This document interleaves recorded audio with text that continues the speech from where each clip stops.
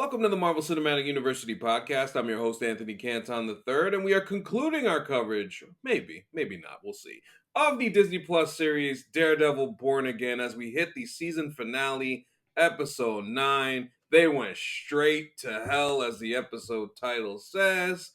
Boy, but what's not going straight to hell is MC University Patreon, patreon.com/MC University Pop. We can get our bonus content. We still got another subscriber mailbag coming later this month. I may do some post WrestleMania Night 1 stuff, so keep an eye out for that. We'll see what's going on with that. And of course, John Wick 4. We still got one more John Wick to do. So you can get all of that in our back catalog for $3.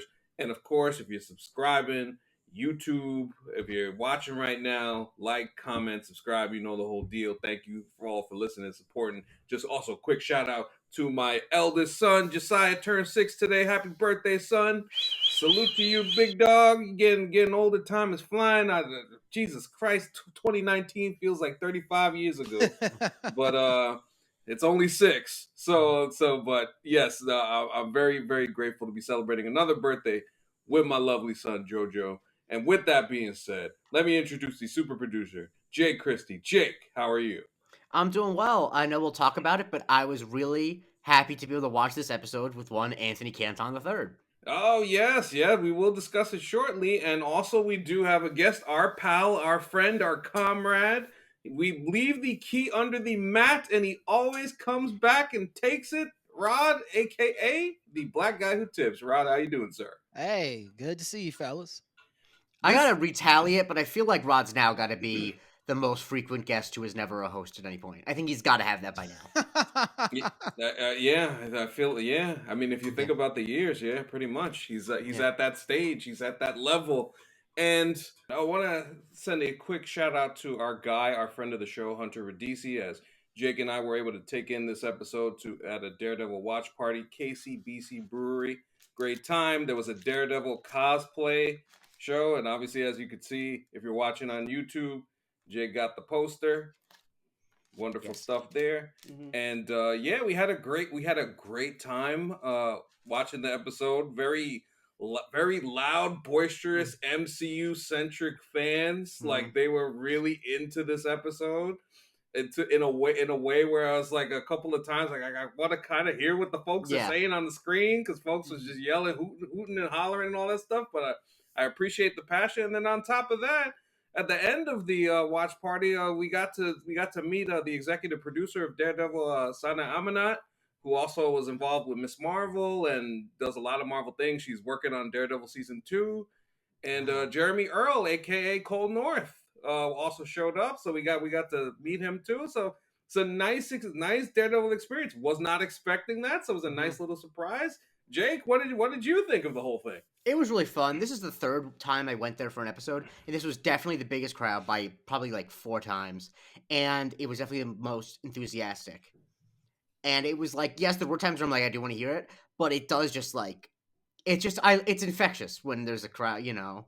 Like when Fisk said, "Bring in the man from Con Ed," the New York crowd, we all booed. Like, you know, like that type of shit was fun. That was great.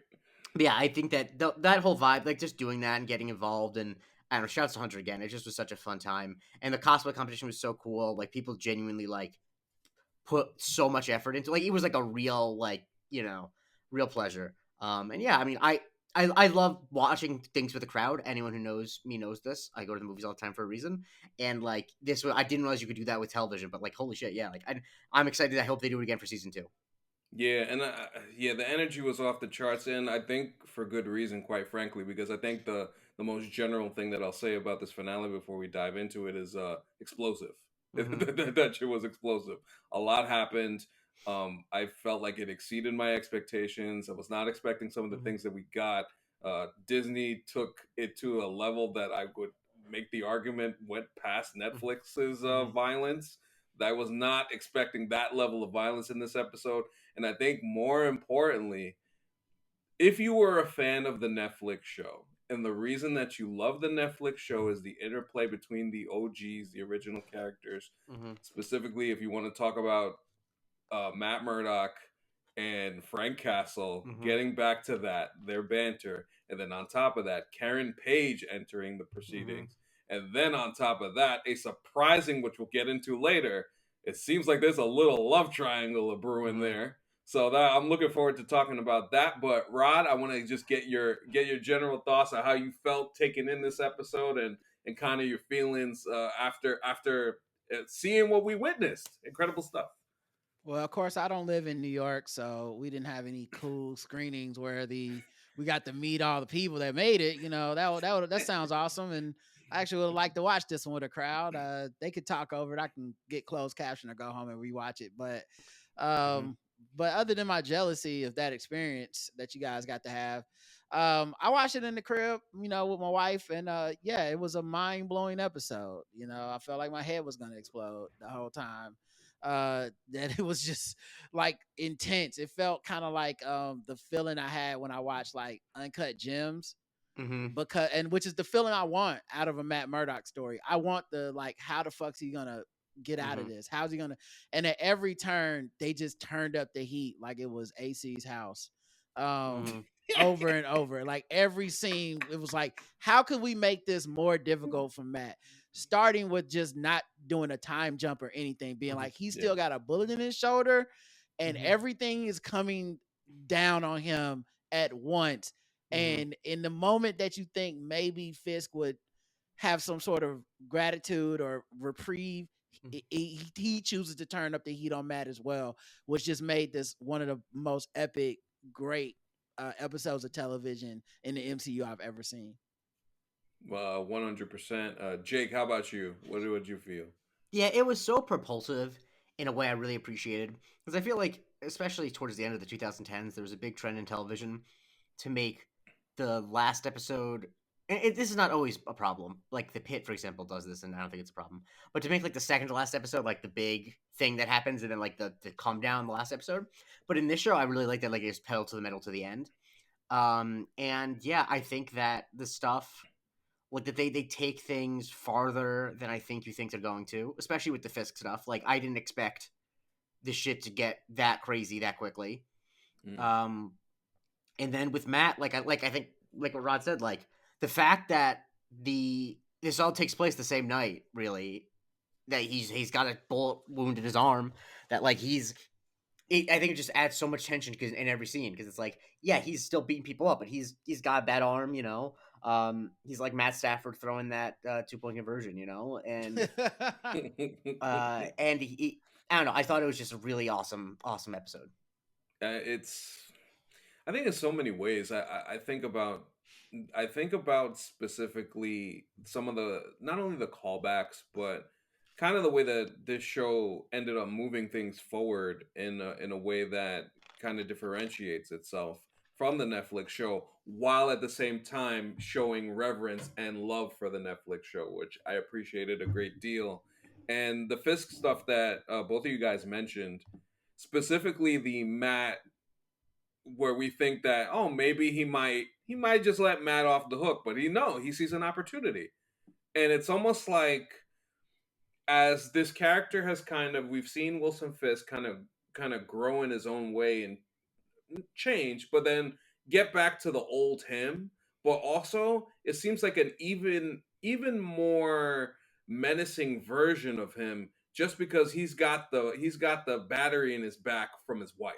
So with that relationship being reinforced after the problems early in the season, it feels like his confidence is at an all-time high. So he's doing the most.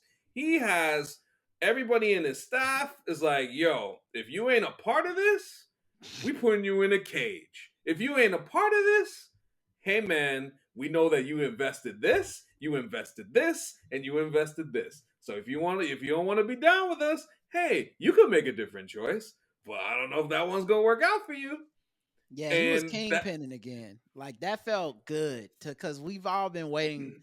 It's such a great way that they told the story, because I feel like we've all been waiting for Matt to just be Daredevil, and they just kept edging us for 9 episodes until this episode. It felt like he's just back in the costume, and it's like he has nothing left but to be Daredevil. And Kingpin finally had his release because he's like, I can finally be Kingpin again. Like all this planning that Mhm. made it seem like this was about something else, it never was. It's always been about me being a thug and a criminal, and I am back. Yeah. Yeah, when Vanessa brings up the whole idea of, well, we can invest some money in this port and whatnot, is Fisk is like, well, it was millions before, we could make it billions. I mean, it Mhm. sounds, I mean, there was this episode was really the truth to life form of a lot of what is happening in real Yeah, I life mean, right I think now. I think that this episode was, I think, incredibly prescient, Yes. and I think is one of the best examples I've seen of dealing with this phenomenon of what's going on now. Is that the way that um power can concentrate when people slow walk resistance to it, you know? Like, the thing that I think is so notable is that almost everyone in, like, yes, Wilson Fisk got acquitted and he was a free man, but almost everyone with power in New York City in this universe knew that Wilson Fisk was a murderer and a criminal and a horrible human being. And they all assumed, like, okay, but if he's mayor, we'll be able to constrain him like he's a regular mayor. And they all were like, okay, we'll deal with him on those terms. But there's no surprise that he's this guy. No. And so, yeah, it's like, of course, it's like real life. I mean, it's like, he's declaring martial law because of a fake thing he invented, and he is using the language of safety and using the language of, that there's this out group that we need to, that he even says no due process. Like, it's really on the fucking nose. And frankly, I think that we need shit to be on the nose because it just, like, I think it's real. I think there are a lot of people, especially I think like this, because, like, I think like a Daredevil show Mhm. is the type of art and entertainment that is not just going to be watched by people who already think that Trump's a bad guy. And so, like, I think it's important to be like, this is basically what's going. Like, I want people. Yeah. It's not going to change anyone's mind, but I want people to see how crazy it is when Fisk says we're going to suspend due process and think about that. That's what's going on in the news. Like, I think that that's not an insignificant thing to happen. And I think that the reason I think it works so well is because, once again, we've seen Wilson Fisk's movies before, Yes. which is one of the things that makes this current moment in real life so mad. It's like, we've seen that guy's movies before too. It's like, of course, this is how he's gonna act when he's mayor. I don't know. I thought it was just like great. Like, it's exactly the type of commentary I'm looking for now. I'm not looking for subtle shit. I'm like, yes, this guy is doing the bad shit that people are doing in real life that's bad. Yeah, yeah, that hit for me in a very specific, and to your point, on the nose type of way, that it really makes you think about how things are viewed, how the power is, whether it's consolidated or just even enlarged in this case. It just kind of changes the scale of everything, and it pushes people towards the edge. Like, I mean, it basically his main advisor. She's in a between a rock and a hard place. She somebody tweeted it. She's the new Agent Nadim. She's But cooked in but a how way. is she in that hard place? Is it because she didn't take all of the opportunities beforehand to do something? Like, I mean, that I think that that's an important thing. Like, no one who's in a hard place is, I don't none of them are blameless because they all Right, knew what was going to happen. right. Yeah, that's such a great part of this. And Fisk, Fisk is just he's Kingpin. Like, this is the level of villainy that you do need, a not just a Daredevil, as he says later in the episode. I'm gonna need an army. We'll get to that part, which a lot of people made jokes about, which was very funny. But that part of it with Kingpin is just, it's great. It kind of sets the stage of what's to come with this show, and how you can really make a very long storyline of multiple seasons of this, because how exactly do you take this person down at this point? It's not good. You can't do it with your fists, really. And in a lot of ways, because everybody's bought and paid for in some type of way. Heather Glenn, I'm looking at you right fast. We're going to talk about you in a second. Like, all of those things create such a fascinating scenario, and puts Matt Murdock and his pals in such a difficult position to operate in the upcoming season. So that's going to be fun to see. But there are moments in this episode that I want to get to. Um the Heather thing. Let's start off with that real quick, because that won't take too long. I will say when Matt has the Ross Geller moment on the bed and says Karen's name, I knew from then he was cooked as far as that whole situation was concerned. Because hey, listen, man, you saying, especially Rod made a great point last week. He goes, when Matt is talking about this life is fake, there ain't no other way to take it but offense, even if you don't think it's offense. It's gonna be Yeah. offense regardless. So she was always gonna be feel some type of way. So when she actually hears the name, when he's at his worst and at his lowest, oh, I felt that so badly. But what ends up happening is Mac just kept warning her, hey man, Wilson Fisk, he ain't good. All this other stuff, he ain't good. And I don't know if whether she did that because of some spite or whatnot, but at the end of the episode, she ends up the Department of Mental Health working for Wilson Fisk. Rod, what did you think of this situation? One typical Matt bullshit, right? Like he really just bullshitted this woman into like walking right into Fisk's like presence. And because he never explains anything, and it makes his behavior seem even more erratic and less trustworthy. And it's very hard when someone's saying just trust me after they've been lying to you to be like, oh, okay, you know what I mean. So like she does the opposite. And of course, you know, she was attacked. So like maybe she has that like, I don't know, that residual like Fisk is hard on these criminals and he's what's right for New York, because that plan that Fisk masterminded was so brilliant with the night out and scaring the shit out of the city, basically creating his own terroristic environment that makes people go, we need safety, we need to. So anyway, I thought it made sense that she ended up over there. And it felt very ominous when they like shook hands and the camera like, you know, is right there on their hands shaking and shit. Yeah. Now, Jake, you mentioned earlier last week, or even in the Discord, that you can understand why Heather is in this position, I but can understand where she however, gets up to here. The point I yes, made is that Heather does not know that she's in a show called Daredevil Born Again. She thinks that she's dealing with regular people problems, right? Yeah. I think at this point, though, I think I can understand her not taking Matt seriously because Matt sounds like a crazy person, right? mm-hmm. However, she knows on some level that Fisk is bad news. And I think she's working for him, I think, in spite in somewhat. I think that there's some spite going on. I think that Mostly she's it going is. against her better judgment.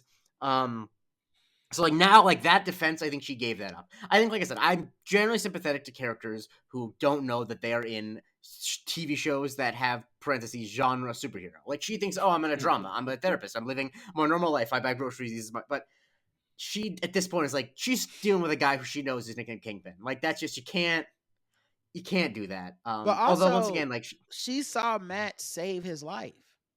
yeah, Like that's for true. him to be like, this guy's a terrible guy. Also, I'm going Yeah. to jump in front of a fucking bullet for him. So it might be sending little mixed messages there, buddy. Yeah, Matt, Yeah. you can't listen to Matt. Even before the Karen thing, like Matt is just not the Hey problem man. with being a liar as prolifically as Matt is. And Matt is a liar prolifically because anyone who has a double life is a liar all the time.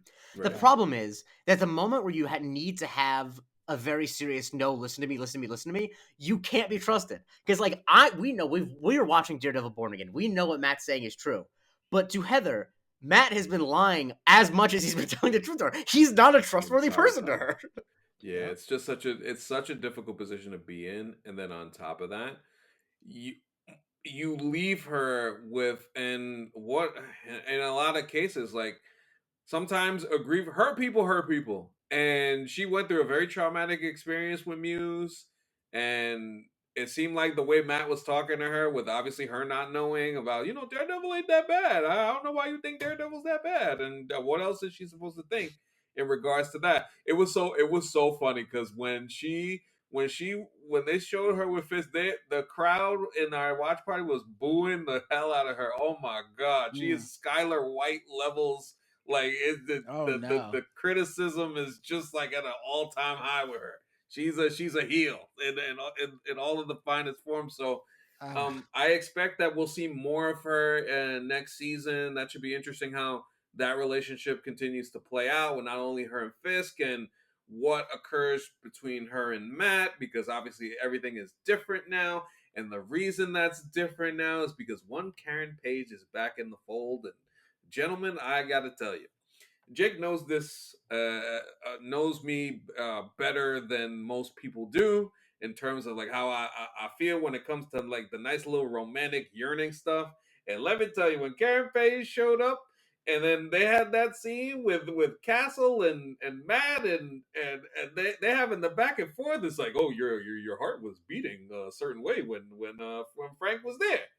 And then she kind of have the little back and forth, kind of acknowledging that she had the heartbeats was a specific way, but yet it seems like she still obviously cares about Matt a great deal. Having Karen Page back was great. It just added so much to the episode. It added so much to both Frank's character and Matt's character. The Karen Page of it all, Jake. Give me what you got. The thing I loved about her appearance here is that, and this is why, she's such a great character, that so often with male female love triangles, the woman is kind of like going back to like, oh, I don't know what to do. Oh, I don't know what to do. Like, I'm so helpless. Karen Page has both these men around her figure, and she knows exactly what's going on. Like, she knows that Matt loves her, and she knows that Frank loves her. Like, she is not confused by this. Like, Matt is kind of like, what's going on? Like, Matt, like, but Karen knows exactly what time it is with both of them. And I think that makes it a lot more interesting, because it's not like, oh, this woman, the one woman in the show has these guys following. Like, no. She is an incredibly, propulsive character herself. She makes this happen. She reached out to Frank, and the stuff with the heartbeats, like, she knows Matt so well in a way. And I think the thing that's good about this is, like, not even to poo-poo Matt's relationship with Heather, but it's like, because Heather didn't know Daredevil, she couldn't know Matt truly. And you can just tell Karen knows Matt so much more. And the thing about the heartbeats is is 5 times more intimate than any conversation Matt had with Heather. And that's not a bad thing about Heather. It's just she didn't know Matt fully. And just seeing that's like, right, this is, Matt might not, like, he might not be able to articulate it, but the thing that him and Karen have that he can't have with really anyone else is, like, she knows both halves of me and she still cares about me. Now with Frank, that relationship is fucking extremely entertaining, because they're crazy kids. I mean, yes, that is a lot. Rod, what did you think of Karen? How she fit into this episode and the dynamic between it's seemingly the three of them, as there's kind of a little tension going on. Well, first of all, yeah, as soon as Deborah Ann Wall showed up, it was in the car. Like, I was doing that thing where I was hoping she was the person in the car, like, before they showed her say, like, get in or whatever. I was like, yes, it felt like this scene was I wonder if this is the scene that the new showrunner added. You know what I mean? Like, this, guessing, this yes. is No, what I think we it had to get back to. Yeah, she was not going to come back at all.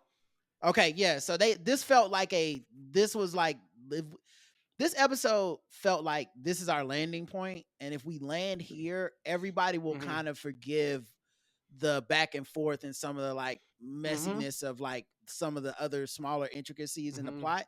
And that's exactly what happened. Like, as soon as she showed up, I was like, this is the perfect episode. She's back.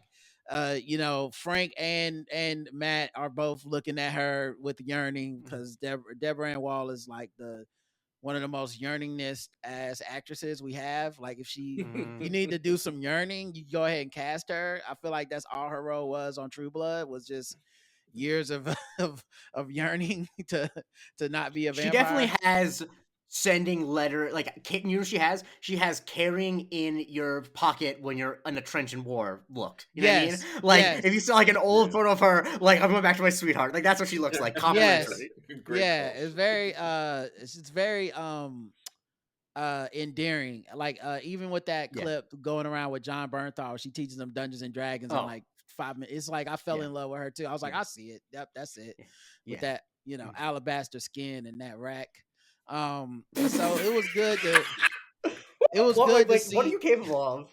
Yeah, like, I know what I'm capable of. Okay, I'll roll a 21-sided die.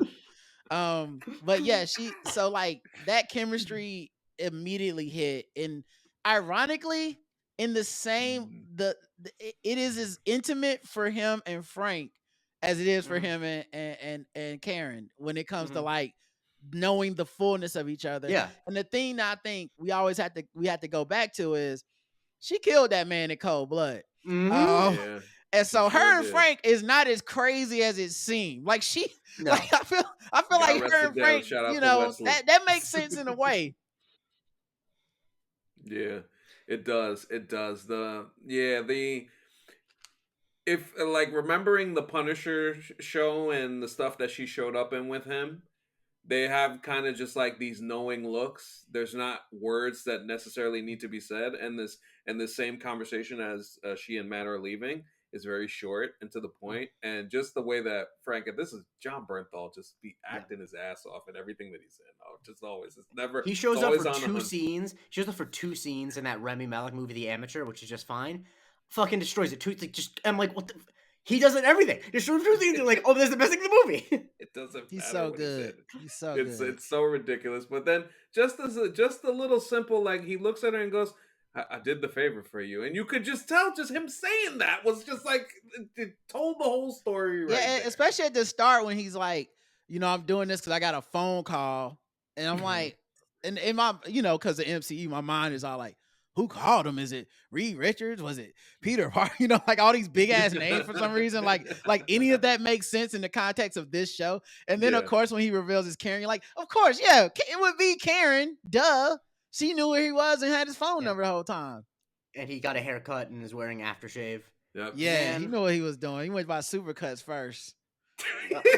No, the thing is, I think living in New York, he definitely goes to like a Ukrainian place that is cash only because they're cheating on their taxes, and you can drink for free while you're getting your haircut. That's the type of place he goes to. Do they know he's Punisher or not? Not sure. I'm thinking of a specific place that I went to for a year when I was in college, so I'm not sure. I feel like they know. Yeah, probably.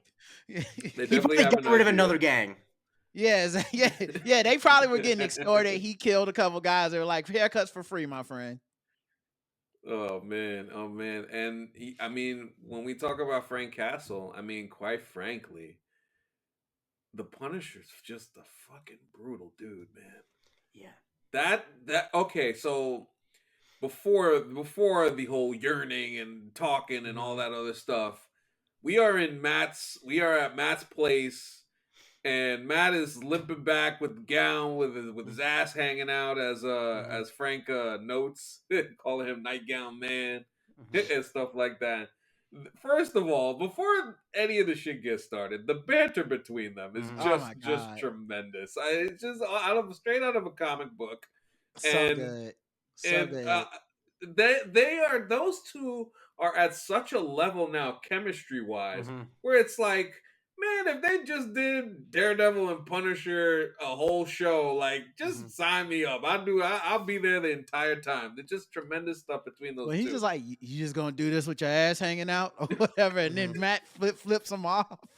That shit was funny.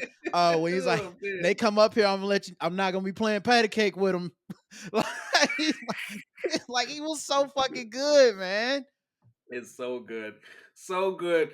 And then this is where I feel like it started the entire episode of holy shit, this is violent in a way that I was not expecting at all. Like, there was some violence earlier in the season, but buddy, let me tell you, we got axes and faces, we got stabbing, we got blood, we got gore, we got all this stuff. All right, Rod, let me start with you on this particular scene because there's just so much. Daredevil fighting basically with one arm, Frank shooting everybody up. It just there's so much happening in this scene, and on top of it, it's so deliberate. What I appreciate is so deliberate. They're not doing it fast. No, it's happening very deliberately as Frank is like stabbing and stabbing and stabbing, and dudes is getting knives in the face and shot in the face and all this other stuff. Rod, tell me, how did you feel watching it? You're so gleeful. For some reason, just now you sounded like Bill Cosby to me when you're like, it shot him in the face and they just stab with the flim and the flam. Anyway, it was great. It was amazing. It was everything I was hoping for. It was beyond my hopes for this show. I loved it because it was juxtaposed with some other gory stuff that made you just be like, oh, they're taking it there. And especially like after we see Matt's escape from the hospital, like I'm thinking he's got to go lay up somewhere. Mhm. And it's like, nah, I'm with the shits. As someone on Twitter put it the best, where they said, I didn't realize the Punisher superpower was having that dog in him. Because that's It all is. Frank got, dog. He was on their ass, man. He killed so many of them dudes so fast. It was amazing to watch. And then the slow-mo grunts. Whoever threw the grunts in, I feel like is a sick individual. For slow motion into Frank grunt as he killed you, like he's like jumping over fucking table in slow motion, dude. It was 10 out of 10. And then, and before you go, Jake, I just want to say, and then when Cold North and Matt's like, nah, don't kill him, and Frank is like, Frank berates Matt, and then at the same time pops another guy at the same time, same exact time, just tremendous stuff. Yeah, But go ahead. don't Jake. kill him. He's got Michael Ealy eyes. Those are rare. But no. Even with all the guns and the weapons and all that, the most brutal kill I think in this whole scene is when Frank shoves the guy's head into like the countertop. Yes. Because like that's like you can imagine what that like I don't know what an axe feels like, but like he almost like he basically curb stomps him with a countertop. Like Yes. and it's just like the Foley work, the sound effects is like unreal. And the thing I think is Frank obviously has that dog in him, that's really his power, but I think so much of it is like I think the point that the kind of point that his character's existence tries to make is like, if you are completely unencumbered from worrying about dying, it's much easier for you to kill people because you'll do anything. Like he just will do anything. Like he doesn't care. And yeah, I really love that like Matt is trying his hardest not to kill people. And it's like no one in that place is making it out alive. As I joked on Twitter, everyone who is alive is getting fucking CTE out the wazoo. You know what I mean? Like, yeah, ODC. as I said, their brains are all getting shipped directly to Dr. Bennett Amalu when they pass away. Like, he's really doing a number for Boston University's study on that. But I don't know. I think that them together is so perfect because it's just like the conversation of whether or not to kill people or not kill people is like the oldest shit in superhero fiction. But the thing that's so good about them is that like they're both so. It's entertaining to watch them go through it because it's not just a conversation. It's like it is a live grenade that they're dealing with, like whether or not people are going to die or not. Yeah. Well, also like them being so like polar opposite. Us knowing being Daredevil is basically an addiction for Matt, and when you look at it as an addiction, you realize that like killing somebody is his line of like I have to admit to myself I'm fully an addict. Like I'm not in control. And so that moment when Matt is considering killing Cole and then over his shoulder, Frank goes, do it. Like he's just like you're like this guy he's picked a side. He's like, do this shit and we're partners completely. And Matt's like, and you see Matt go, he's not worth it. But it's not a convincing he's not worth it. Like it's like I want to kill this dude so bad my dick is hard, but I know if I do, I'll never come back from this shit. Jesus, I didn't realize that Matt was the machine from 8mm. That's a reference for no one. That's from Ice-T in New Jack City for me. You said that to Nino Brown. Oh, right. You're true. Right. God, there have been multiple characters in fiction that talk about getting their dick hard from killing someone. Right. Oh boy, our obsession with violence just never ends. It is man, what a scene. What a brutal scene. And then on top of that, as we stay on Frank, then we get to the other part, the other big scene of the episode, where we get the back and forth of Frank going after them dirty ass cops, the anti-vigilante task force, times 10. Mm-hmm. And then we get Fisk getting the commissioner. And this the one. Yeah. This is the one. Yes, this is the one. Because I think the way that they did it was so perfect with the dueling way of doing it was because it didn't just happen. There was a build to it. There was a build on both sides as Frank comes out. There's like 20 or 30 of these fucking people. Mm-hmm. And he's like, dogs in me, man. Mm-hmm. I'm going for it. So when you see him start taking them cops out, I'm like, wait a minute, there ain't no way he gonna survive this. But then of course they're like, we gonna keep you alive. Another part of this episode, which was Yeah, funny that was that we'll definitely get to comic later. book movie shit. That's definitely comic book movie shit. Guys, he's Oh got my main God. character armor. We can't kill him. I understand maybe even like the first impulse where they want to get him, because I think they do legitimately believe that they're on the same side. Oh, But yeah, once he yeah. makes clear that they're not on the same side, they would just kill him. Yeah, Yeah, once at he that kills point- a couple of your men, like whatever the fucking what do they call it, like the cost risk analysis, Yeah. that shit got to start leaning a few deaths in, because Mhm. those your homies. Mhm. And it's not just like 2 or 3 of them. He No. took out like 8, 9, 10 of them, Yeah. them dudes. Like, And they were like, they goddamn. like beat him up and were like, yeah, I lost a lot of men tonight, but anyway, you want to join? Like, nah, you killed that No, motherfucker. But we're your biggest fans. We're the Punisher fan Right. club, and Mr. Castle, as like, and like, to me, I kept wondering if Frank, because Frank's such a stubborn asshole, he never. But it would have been hilarious if he was like, "Yeah, I'll join. Got a gun. Start killing motherfuckers again." mm, yeah. Oh man. So you have that, and then eventually he gets subdued and that whole deal.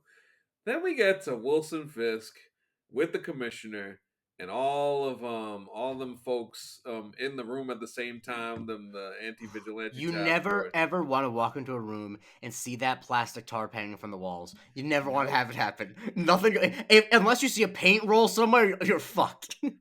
I Holy was shit. shocked the commissioner didn't shoot that dude in the back of the head in the car. Soon as he seen that tattoo, I was like, cap him, get the fuck out of there. The rules are over. That time is done, buddy. So it isn't just that, and it's like I said, it isn't just that Wilson, like he doesn't just get to it. There's a preamble. He's he has this, like, he gotta make it, give the theater of it all, and then he hits him a couple of times. So then when he's squeezing the head, Mhm. I'm like, all right. So I guess he gonna crack his skull. Simple, easy peasy. Crack his skull. He gonna fall and call it a day. And then that shit kept going, and it was slow in a way that when I watched it made me think, oh, these people watched Invincible episode 1 Yes. and saw what Omni Man did to I can't remember the speedster's name, but Mhm. Omni Man squeezing his head, and it goes in slow motion, and you slowly see the eyes start to pop out and all that other stuff. Yo, I really thought it was just gonna be a crack and he was gonna fall to the ground. No. I didn't realize his whole fucking head was gonna come off, and then it was gonna come off like half of it. Yeah, that's Bruh. it didn't come off. He it honestly, what it reminds me of is like when you like crush a pumpkin. Like that's what it reminded me of. Yes. Where it crushes into 2 pieces against each other. Like Yes.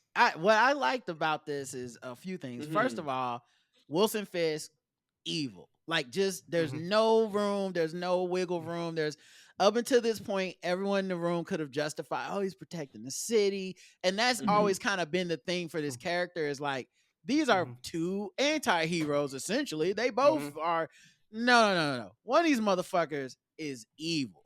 Mhm. There's just no room. Mhm. He just needed to wait to his moment to reveal it. Mhm. The other thing about it that I liked is that we're so past laws. We're so past, like, Mhm. even with Matt and Karen, I felt like the reason that this is a finale for this season, but we're clearly going to keep the story going. This idea of like, Yeah. we're still going to get them in court and we're going to prove that Mhm. Red Hook was attacked. Like, I'm like, bro, we're way past that shit. They don't, Yeah. like, we're at the, like, the judge is gonna say not guilty because I got your kids type of shit now. This is, you're gonna have to like Frank was looking right. Okay. I was like, maybe Yes. you gotta kill him, motherfucker. The third thing I like, it gave him comic book level powers for the Kingpin. Like, we know he doesn't have superpowers in the comic, but like that fight he had with Hawkeye was great. Whatever fucking Echo yeah. did to him, she gotta come do that shit again. But that fight in Hawkeye, that fighting Hawkeye. Remember when we were like, what's his power level? Like, how's he fucking hanging with these motherfuckers? Mm-hmm. But this crushing I mean, someone's head goddamn like Kate that. Bishop. It was Kate Yes. Bishop who was. Yes, I was like, how is she still alive? Goddamn. Dog. But him doing that to this man's head made me be like, yeah, you know what? I see how that was a much harder fight than it needed to be. This motherfucker is deadly and crazy. So yeah, all those things work for me. I mean, I think that also, to go back to things we're talking about parallels, I think that it is notable. Like, yeah, he's in a place where like the notion of we'll just try him in court seems silly. Like, I think that I think it's confronting. I think both Matt and the audience with the idea of what happens if that there is a point where power gets consolidated to the point where like you can't rely on normal processes. And I think we talk about like why didn't the commissioner shoot the guy in the back of the head? It's like because up until the moment that Wilson Fisk starts squeezing his head, he's like, surely this is still normal. Like I think people just have a bias for this is normal. Abnormal things don't happen in my life. Abnormal things have happened in the past in the world, but not in my lifetime. Things are normal always. And that I think is like the deadliest thing you can do. He is convinced because like you'd be crazy if you suggested that the fucking mayor is going to crush your skull like a watermelon. Yeah. But it's crazy until it happens and you're caught. Well, I mean, I feel like the second he walked in that room, the fact that he didn't realize he was a dead man was like maybe at that point. It's like maybe you shouldn't have been commissioner. You know what I mean? Like maybe you gotta get a new line of work, buddy. Because like I walk into a room and there's I was gonna say if you walk in a room and there's 27 dirty cops and Wilson Fisk and plastic, I feel like you should wild out at that point because you dead. You might as well be like, you know what? Now I think about it. Fuck you. Fuck your wife. Fuck your company. Fuck this city. Fuck these cops. Because you are dead, bro. You should have got one off instead of getting your head busted. Mm-hmm. Yeah, man. I mean, once if you have the idea, I'm gonna go up north and try and convince some other person to do something. Like once you at that point, my thought was, how bad are the hotels in Albany that he doesn't just want to go now and stay over? get out of there, bro. Things. Like it's like I can't. I mean, it's gonna be a nightmare talking to Governor Hochul, so I'll do it tomorrow. He was on Yelp. He was on Yelp, and he was like 3.5 stars. I'll go meet Fisk. Yeah, what am I gonna do? Stay in Schenectady? That's a fucking trek. Just kill me. It's funny. Wilson Fisk reminds me of like every time I listen to Zach Lowe podcast when he talks about basketball trades and how people like ask for stuff in trades. It's like maybe you should just ask for stuff and see if they say no. If you just let me just ask for this. You know what? Let me ask for this. Let me see. Let me ask for this and see what happens. Fisk as all the way the minor escalations to the major ones. People don't want to say no. It's one of the worst things about civil society and real world and this show. People are afraid of confrontation and will give a bunch of tiny yeses and back themselves into a corner where they can't say a big no. I mean, that's what happened in the show. That the city council said a lot of small yeses. The rich people said a lot of small yeses. It's like, fuck. Now the ask is, can I do martial law? And I'm not in a position to say no. Yeah. Oh man. What a tremendous. But that, like, I would think, you know, as the three of us a couple of months ago did the top 10 MCU scenes, I gotta say, watching this episode, I was saying to myself, I think I may need to revise my list a little bit because there's at least one of these, I would say 3 particular scenes in this episode that you could easily make the argument that would be a top 10 MCU scene just because of kind of like the shock of it. Fisk crushing that dude's head was just, what? Yeah. Disney? That was that reminded me of The Mountain killing the Freaky Prince. Like that level of shock where I was just like, whoa, that was a person. You can't do that to a person. Oh my goodness gracious. But yeah, I think like that, you know, as you said, Rod, it kind of like signified that, hey man, this is Kingpin. Everybody's fucked. This whole situation is terrible. And now we got to figure out what's next, which is so funny because Matt thinks that he's going to try and go after all these dudes. And Karen's like, yo, you need to relax right fast. And I thought that was a very functional conversation. And I think that also goes to Jake's point as far as Karen understanding the two sides of him Mm-hmm. and being able to convince him to like, hey, let's plan this out. Let's go back to the things that made it work in the previous seasons of the show that enabled us to put Fisk down in the first place. So they're gonna have to get back to dealing with that situation, which leads us to they had a nice little callback to the sign, the abogados Mm-hmm. at law from earlier in the show's run. That was a nice callback. Matt and Karen share a very tender moment with each other, which I thought that was very nice. Nice callback to the show. I think anybody who have been watching the show from the show's inception on Netflix Mm-hmm. kind of felt that, and that was like a cool Mm-hmm. thing, emotionally for anybody who watched. So that I really enjoyed that. And then as we kind of get to what the close is with Matt in the Daredevil costume talking about I need an army. And Rod, what army do we see at the end? Because there was a lot of people like, oh, we gonna get Luke Cage and Jessica Jones and all these defenders But and see, stuff. I was one of What those army people. we see? I was Yeah, one so of was those I. people. No, this is a huge mistake from the show. Go, Rod. But yeah, I mean, I like it was like Cherry was in there and shit. Like I was like, dude, Mhm. it's just the people from the You bar, can't- dog. if they made another Ocean's movie and they show George Clooney saying, "I got to get a team, I got to put together a team," and they cut to a room that Matt Damon, Brad Pitt, fucking all the other Casey Affleck, Scott Conn, if they're not all in that room, Don Cheadle, Eddie Jemison, if they're not in that room, you're like, this is not a team. What are you talking about? Right. He's in a team. He is in a superhero team. Yeah. Also, like if that's his team, then he's like LeBron James on the Cavs the first run. Same The joke. 07 Cavs. Yeah. The 07 finals Cavs. Like this motherfucker's PER is about to be off the chain, dog. His win share is gonna be crazy. Do you think Josie knows that she's Boobie Gibson? She thinks she Danielle Marshall, but that's what's funny. She Boobie Gibson. No, Cherry at the very least. Cherry's probably Delonte West. Karen, I think, is Mo Williams because Karen's, Yeah, Karen's Mo Williams. Nah, Cherry's Drew Gooden. Oh no, you know the thing is, no, Cherry's actually Big Z. Cherry's Jonas Ilgauskas. He's Ilgauskas because he's like an old. He's not that. I feel like you're giving Cherry too much credit. He ain't do shit so far in this series. Yeah, he ain't been doing nothing telling Matt not to do shit. That's true. That's true. He been holding Matt back, dog. But someone's got to be Ilgauskas. Honestly, dog.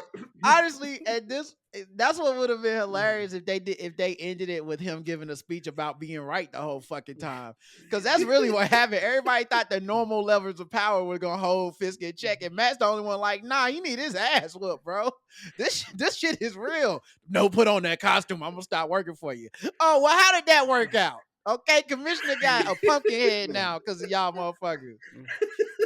I told you Foggy was drinking for a reason. Didn't nobody want to believe me? Oh man. And it's just I seen the cop from episode 5 in the negotiation scene. I was like, wait a minute. Sasha Pavlovich.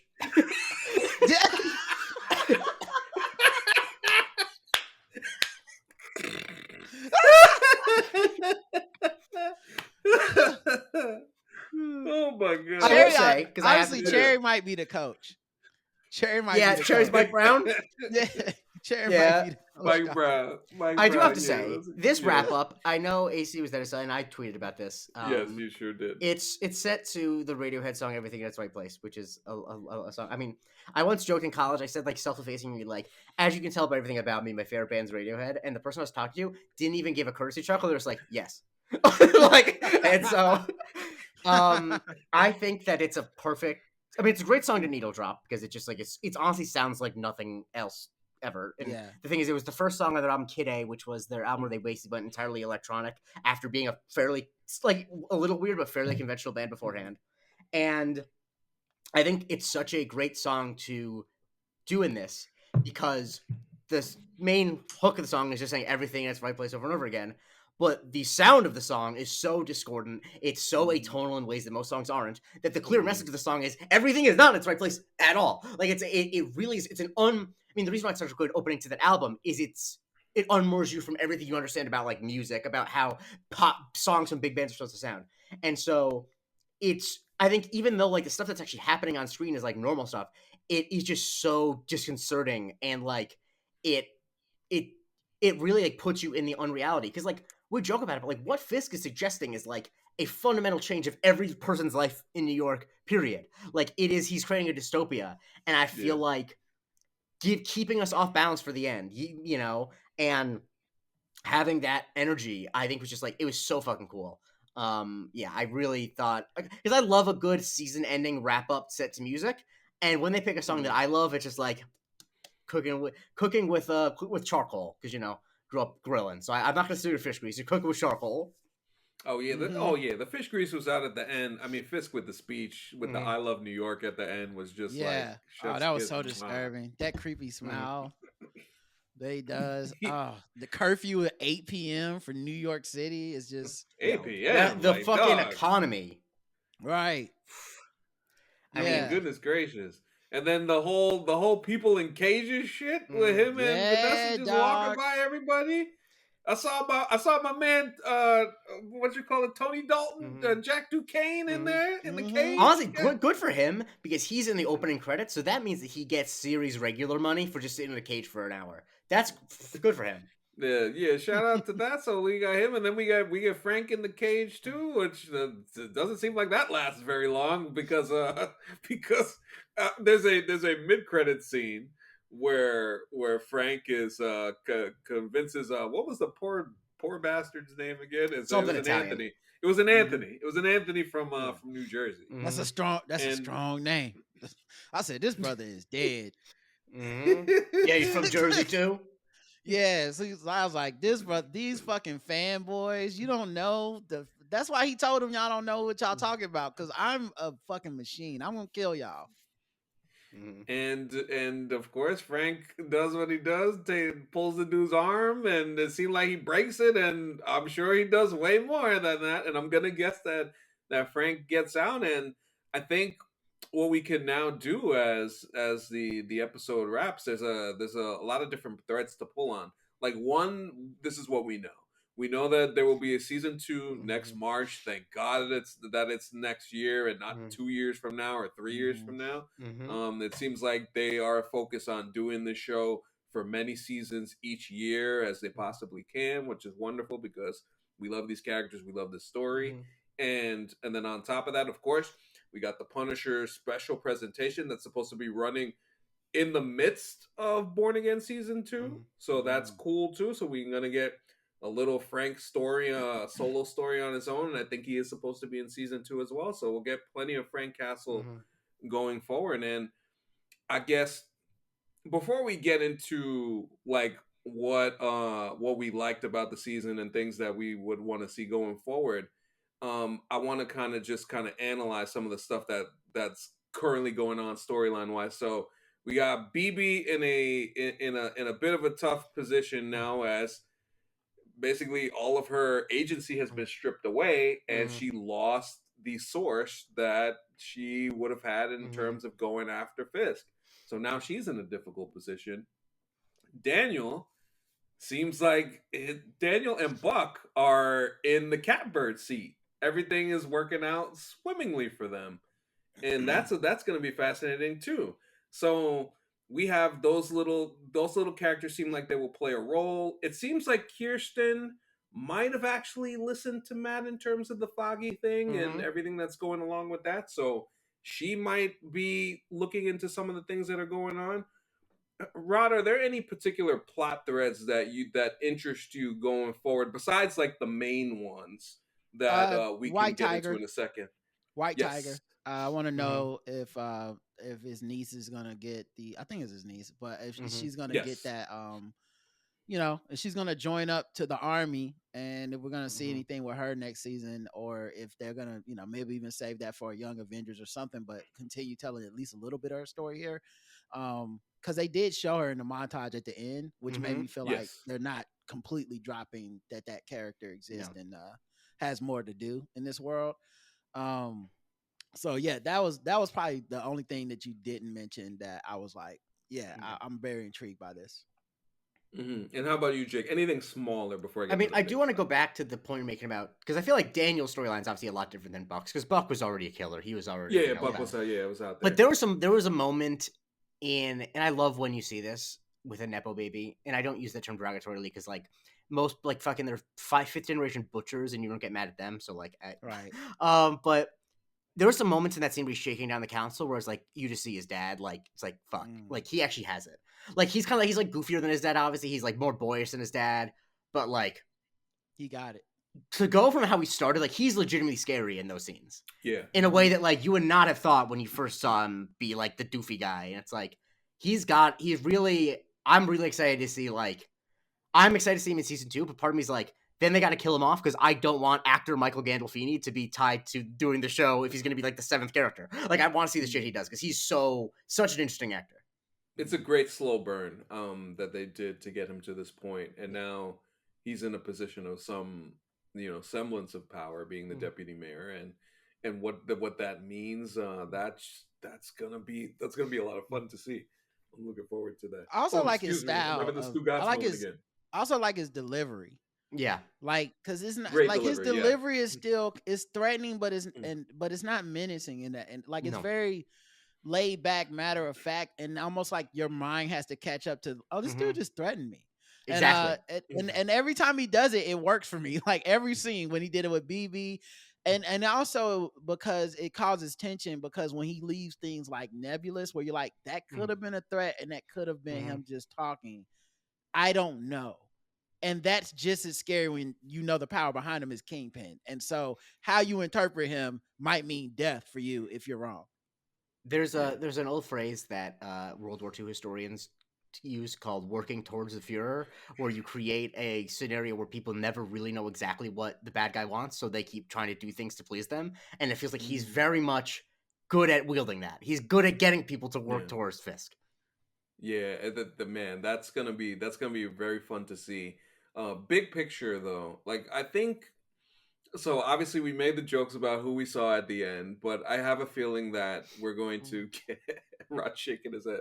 We're gonna get I'm more shaking my head couple. at me. I'm like No, I was so fucking sure. Army. Yeah, I'm can't more say that. It's like when I saw them, I was like, oh yeah, those are the characters they've had in the show to this point. I guess that does make sense. But man, it would have hit different if that was the back of fucking Mike, what's his name's head? Mike Coulter. Yeah, if that was Mike Coulter's bald dome back there, I would have taken silhouettes at this point. If it was just been the silhouettes of the defenders and a glowing fist that we're not sure is attached to a white man or an Asian woman, I would have been like, we're back, baby, cooking with grease. Matt goes, I would have recognized that smell of those unwashed jeans anywhere. Yeah.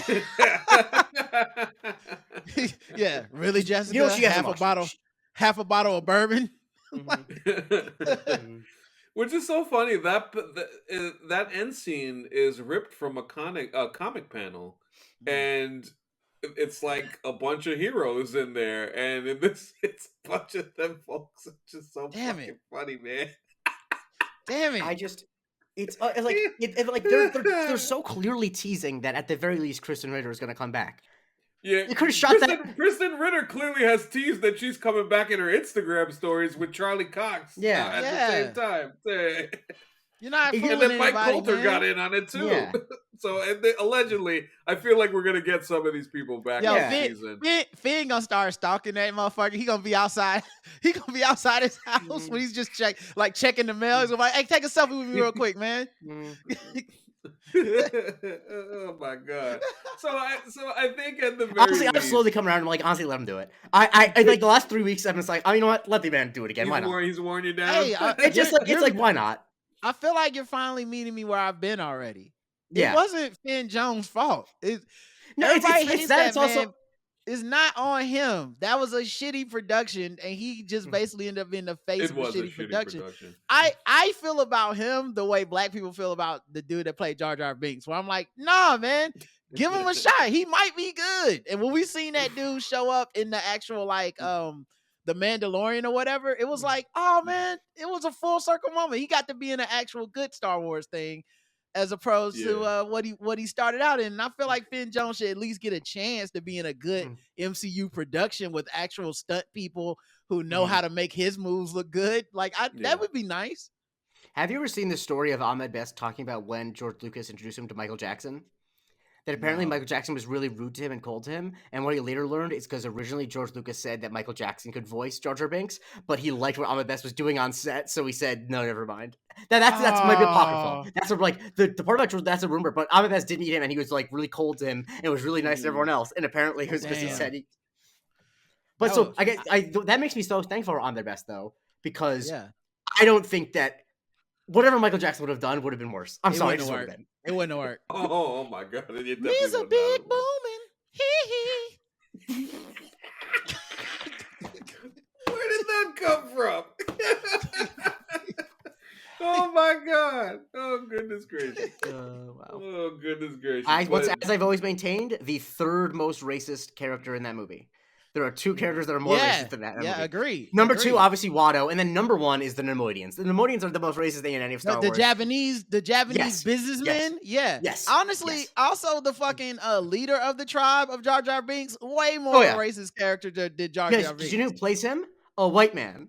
Right. I'm on British character actor Brian Blessed plays him. See, I'm very much woke on this. Also, it would have been real fucked up because Jar Jar calls Anakin Annie. And you know, Michael Jackson had that Annie, are you okay, smooth criminal thing. It wouldn't have, I don't know, George really lucked into a few of these things. like some of these things are like his mind. How can he? And then some of the shit is like, thank God someone was there to be like, no, not this. He has a singular mind, and that produces great stuff and awful stuff. And you gotta take it. No in between. No in between. Definitely got to take the yin with the yang. So expecting some defenders. This Foggy case obviously got to get sorted out in some type of way, one way or another. We got Matt, we got Karen back in the fold. We got. I wonder how much they actually are going to do the stuff with the Freeport and Red Hook, because that's like it feels a little small for what they're talking about now with like fucking martial law. But two things. One, I did appreciate that also with us at the brewery was friend of the show, Liam Marilla Thomas, and both of us independently did the Tenet hand thing when they mentioned a Freeport, because we're both Tenet heads. And two, I wondered out loud, if Red Hook is a Freeport, does that mean that laws don't apply in the IKEA? Because if so, that IKEA is a fucking maze, and I think some people might have been murdered there, so maybe that's why. But anyway. That's a crazy place. The last scene I want to also just give credit to is just that final dinner scene where Fisk is not eating that egg white. Him and his, like, they have fully seen each other now. They are back. Yeah. They are both toasting glasses to being evil pieces of shit. They are locked in. Yeah, man. God. And that felt like a match made in just hell. Like they matched each other's freak. Yeah, exactly. Yeah. What they are going to do to this city is just ungodly in the name of some money. Yeah, we didn't talk about the opening scene with Vanessa and Poindexter. She's fucking evil. I love. She's so good. The way that she manipulates him. Yeah, because like Aya Zerler just did she because she can use a scalpel where Fisk can only use hammers. And the thing is, if you know what you're doing, you can do way more damage with a scalpel. Like she's like, woo, buddy. Oh yeah, I forgot, and he's out there still too. Yep. Yeah. So that's gonna play a part in things too. So we got all these loose threads hanging around in not only Hell's Kitchen but the greater New York City. It should be a lot of fun to see what Daredevil Born Again has in store. Before we go, let's just get some overall thoughts on the season. Rod, did you think overall success in terms of the season overall, despite some of the stitching that they had to do in the early parts? Well, yeah, I mean, honestly, there's two things I always look at with a series like this: is sticking the landing is huge, and just keeping me intrigued throughout the whole thing. And I think they managed to do both, even with them having to like duct tape some pieces together from the old one and the new one. They made sense, and I think strategically they just had to do. There was some shit they just had to do, like that Muse shit. Clearly, they were like, "Nah, we just like for our production, he ain't fitting to be the end all be all. So we gotta get this motherfucker out of here as fast as possible, without like completely throwing everything he did on the floor." And I thought, in hindsight, I'm like, yeah, that's fine because I care more about these stakes with Kingpin than I ever did about the Muse shit. And if Muse is just a means to an end, almost in the way White Tiger is, where it's like the point is to prove how much Fisk is about this anti-vigilante shit and how dirty and corrupt he's willing to be. That's fine. So yeah, I enjoyed all of that, and actually, man, the acting was really good. And Oh yeah, that's the that strongest part of the series. exactly, yeah, that stuff, nailing the character work between Matt, watching him be disheveled, and watching like how much that impacted the people around him was important. And the other thing they did this episode was I love when the show surprises me. We sat here last week, y'all were like, what do we need in this finale for you to enjoy it, Rod? And I said, I need his life to fall apart. And I'm thinking, oh, they're gonna reveal his secret identity. They're gonna do. His life fell apart in a way that was way crazier than what the fuck I thought. Like I was just like, they're blowing up grenades in your apartment. Like fucking, He you're ain't on got the no run place with to live right now. right. You're on the run with Punisher. Like, bro, you ain't got nothing left but the mask. Put this shit in my veins. I can't wait for next season where he's just down to just being Daredevil. And at this point, he's even scarier to me if I'm Fisk, because I think Matt just don't give a fuck. Like before, I thought you might could hold the secret identity shit over his head, but the way he's been wilding out, it's like he'll fucking fight you without the mask on. He don't care. Yeah, I totally agree. I totally agree on that front.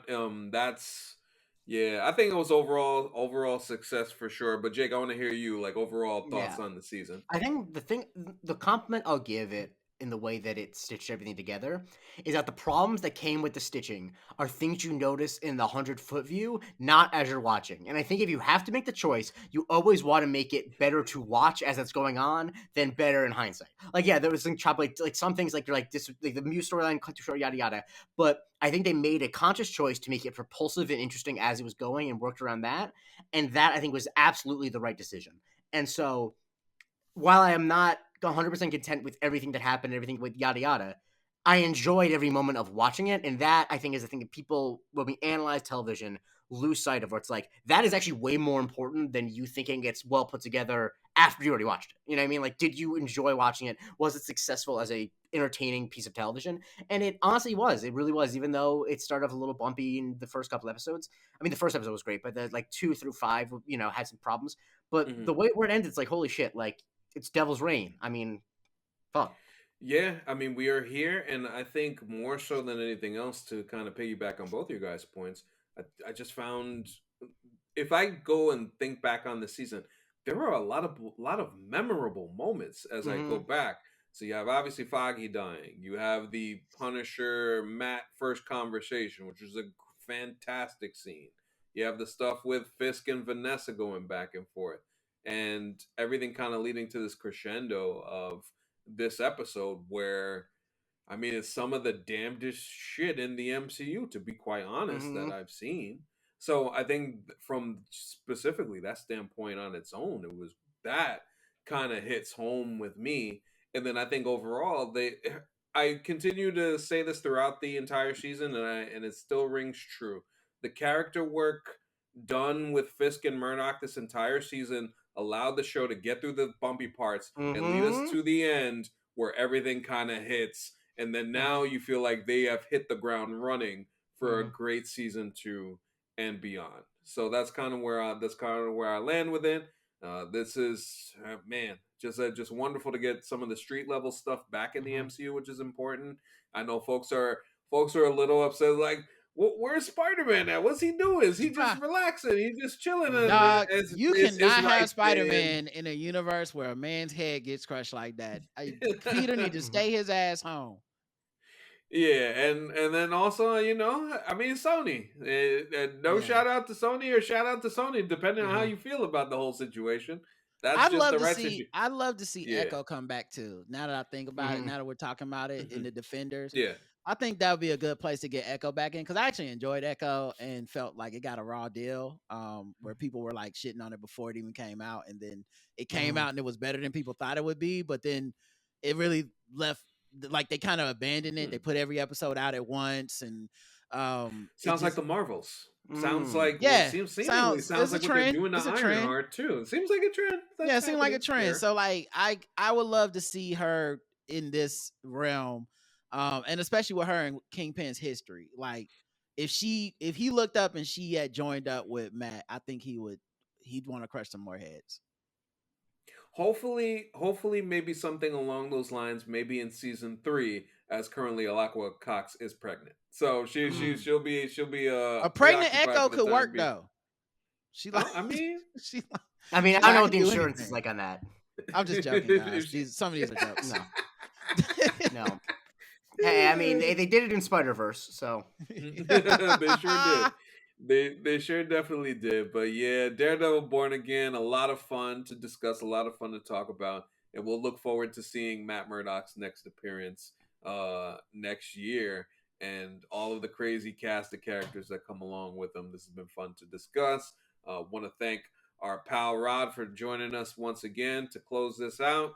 Rod, thank you, sir, as Thanks for having always. me. Of course. And where can we find you and follow you, my friend? Just Rodimus Prime on social media, the Blackout Tips wherever you get your Mhm. podcasts and all that stuff. Mhm. And the Blackout Tips on social media for our podcast, that also works. So thank you. Wonderful stuff. And of course, Jay Christie, my friend. Where can we find you, sir? At the Jake Christie on Twitter and TikTok, and at Jake Christie on Blue Sky.